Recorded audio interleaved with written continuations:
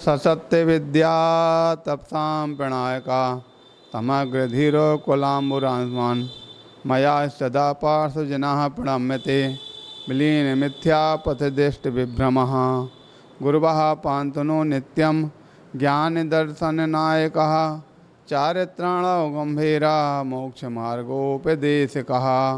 बोले अनंतानंत परम सिद्ध भगवान की, ऋषभादि 24 तीर्थंकर भगवान की, 1008 श्री पार्श्वनाथ भगवान की, आचार्य देवराज साई महाराज की, अहिंसामयी विश्व धर्म की।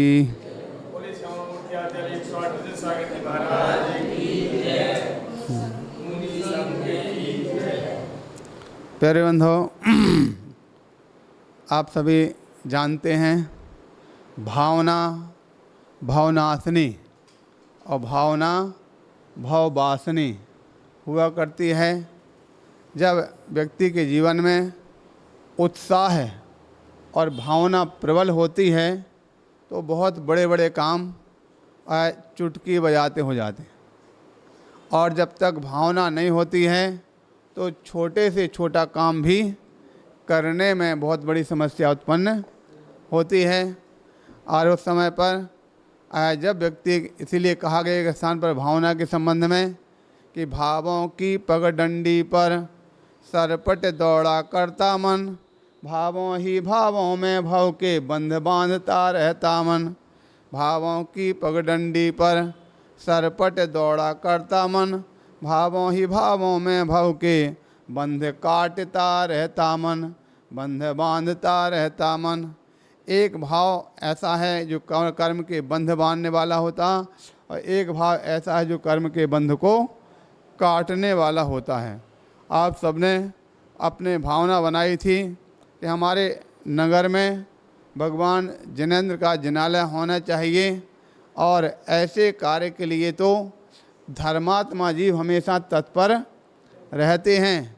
लेकिन सबसे बड़ी चीज़ है गाइड पावर हर व्यक्ति के पास नहीं होता। सबसे पहले कहीं किसी स्थान पर जुलूस निकलना है तो नेता झंडा लेकर के आगे चाहिए पड़ता है। एक दो व्यक्ति अगर झंडे लेकर के आगे खड़े हो जाएं तो फिर जनता की कमी नहीं रहती है। जनता तो आगे आगे, लेकिन नेता जो है वो भी थोड़ा सा लोगों को लेकर के चलने वाला होगा। आपने देखा, ये तो अपना मंदिर जिनालय की बात है। अपने पूरे भारत देश पर अंग्रेज़ों का शासन था। अंग्रेज़ों के शासन यहाँ विपरीत परिस्थितियाँ थीं। सीधे गोली से उड़ाने का आदेश देते थे। ऐसी स्थिति में भी और महात्मा गांधी ने आगे चल कर के और कौन सी यात्रा की?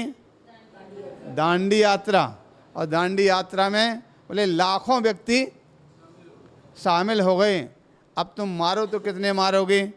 ठीक है। अभी यहाँ पर वही बात चल रही थी कि मंदिर के उस समय पर जब पहुँचे तो हाँ, एक और तो जिस ज़मीन में जो कब्जा करने वाला वो गालियाँ बक रहा, पत्थर फेंक रहा, वहाँ से उससे सामना कर पा रहे थे।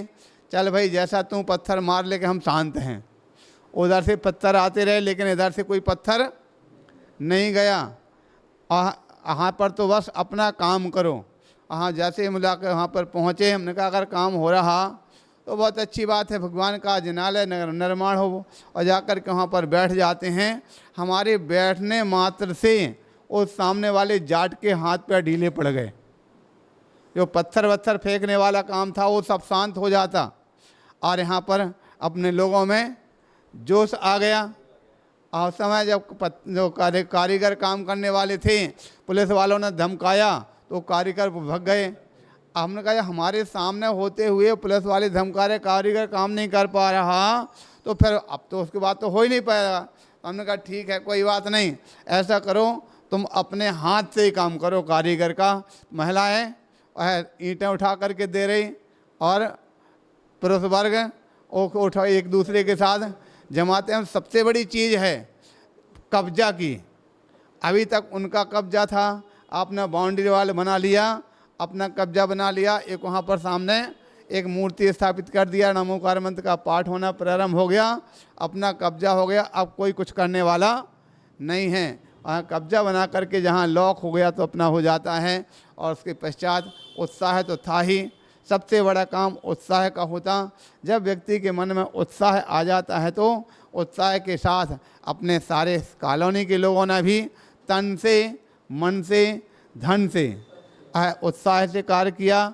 और फिर ऐसा सुनकर के अपने सारे जयपुर की समाज के लोगों ने भी यथायोग जिससे जो बन पड़ा उन सब ने अपना सहयोग दिया। और सहयोग देने के बाद पहले तो मंदिर का निर्माण हो गया। जब मंदिर का निर्माण के बाद बोलने लगे हमारे पास जो मूर्ति छोटी सी उसी को विराजमान कर ले रहे।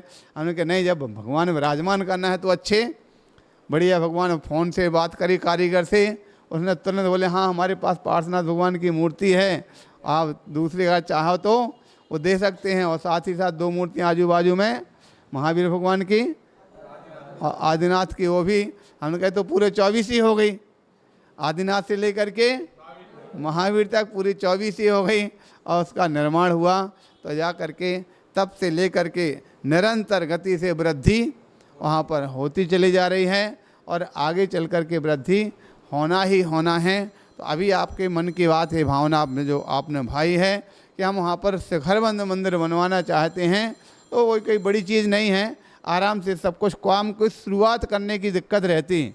जिस काम का जब तक बीड़ा नहीं उठाया और शुरुआत नहीं हुआ तब तक दिक्कत है। जहाँ बीड़ा उठा लेते हैं और शुरुआत हो जाती है तो फिर देर तो हो सकती है लेकिन काम रुकता नहीं है। आराम से काम अपनी गति से चलेगा और अपने जो ऊंचाई तक जहाँ तक आप ले जाना चाहें वहाँ पर हो जाएगा। तो सबसे पहले तो अभी बातें चल रही है कि अगर भगवान वहाँ पर विराजमान हैं तो उनको कहाँ ले जाओगे। मंदिर का निर्माण अगर आपने करा है तो कहाँ ले जाओगे। तो सबसे पहले उसका इंतजाम हो जाए कि हम भगवान को जब जितने, क्योंकि हो सकता मंदिर निर्माण करने में 2 साल 3 साल तो लग ही सकते हैं। तो 2-3 साल तक के लिए कहीं कोई ना कोई इंतजाम चाहिए पड़ेगा। तो उस स्थान को पहले देख करके उसका निर्माण करो। एक एक कदम, एक एक सीढ़ी अगर आप चढ़ेंगे तो सारा काम हो जाएगा। अभी आपने इंतजाम उसका तो हुआ नहीं और निर्माण की बात होने लगी तो उसकी बात नहीं होगी। सबसे पहले तो आपको भगवान को अस्थायी रूप में विराजित करने के लिए कोई एक ऐसा स्थान करना पड़ेगा। और स्थान भी अब छोटा मोटा नहीं चलेगा, क्योंकि अब इतने ज़्यादा लोग हो गए हैं और बीच में पर्यूषण पर भी एक ने 2-2 पर्यूषण पर आ सकते हैं। और पर्यूषण पर में तो कार्यक्रम अगर होना है और अगर नहीं कार्यक्रम तो जनता भी इस प्रकार से बैठने तो कम से कम ऐसा हॉल तो चाहिए ही है। ठीक है, तो इस प्रकार का कोई ऐसा इंतजाम पहले इसकी इंतजाम कर लो, उसके बाद फिर आगे उसके मंदिर का निर्माण का काम जब तक हो सकता। हम लोग अभी दूर हैं और नज़दीक भी पहुंच सकते हैं, वहां पर पहुंच सकते हैं तो उसका भी शिलान्यास अच्छे ढंग से हो जाएगा और काम प्रारंभ हो जाएगा। हमारा सभी के लिए आशीर्वाद है, चिंता नहीं करना, सब काम अच्छी तरह से हो जाएगा। बोले पार्श्वनाथ भगवान की।